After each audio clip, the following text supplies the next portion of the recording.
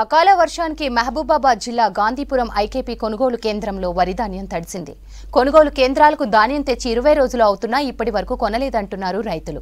తడిసిన ధాన్యాన్ని ప్రభుత్వం కొనుగోలు చేసి తమను ఆదుకోవాలంటున్నారు అన్నదాతలు.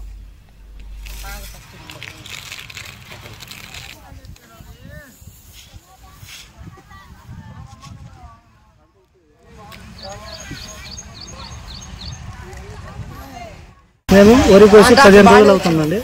15 రోజులైనా కూడా ఎండబెడతాను, దగ్గర చేస్తాను. ఈ అకాల వర్షాల వల్ల మా వరి అది ఒడ్లు ఎండిపోతున్నాయి, మ్యాక్చర్ చూపిస్తుంది. రేపు పెడదాం కాంట అంటారికి మళ్ళీ ఇవాళ వర్షం రావడం, మళ్ళీ రేపు దూరం చేయడం, దగ్గర చేయడం, మళ్ళీ మ్యాక్చర్ రాకుండా 20-30కి చూపించడం, తేమ శాతం పెరిగిపోతుంది. తేమ శాతం తగ్గినాక కాంట పెడదామని 2-3 రోజులు ఈ మార్కెట్ జాప్యం చేస్తుంది.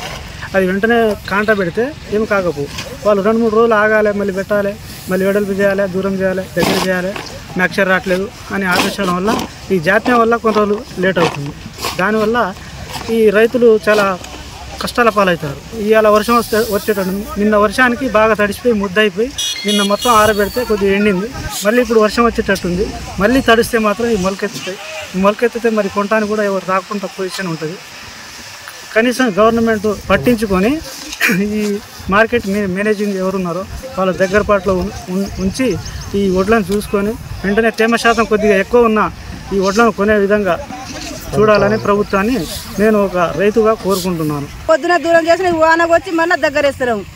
ఎవరైనా మా గుండె ఆగి ఒకరైనా సస్తే మీరు ఇస్తారా? మాకు మనుషులకు తయారు చేసి మా వడ్లు కొనేటోళ్ళు లేరు, తీసుకునేటోళ్ళు లేరు, మిషన్ గాడి ఇస్తలేరు. మళ్ళీ తేమ ఉందని అంటారు వడ్లకు. ఎట్లా మరి మా పరిస్థితి? మొత్తం మొలకలు వచ్చినాయి వడ్లకు. ఎట్లా సార్ మరి మా పరిస్థితి మీరు ఆదుకోవాలి. ఇక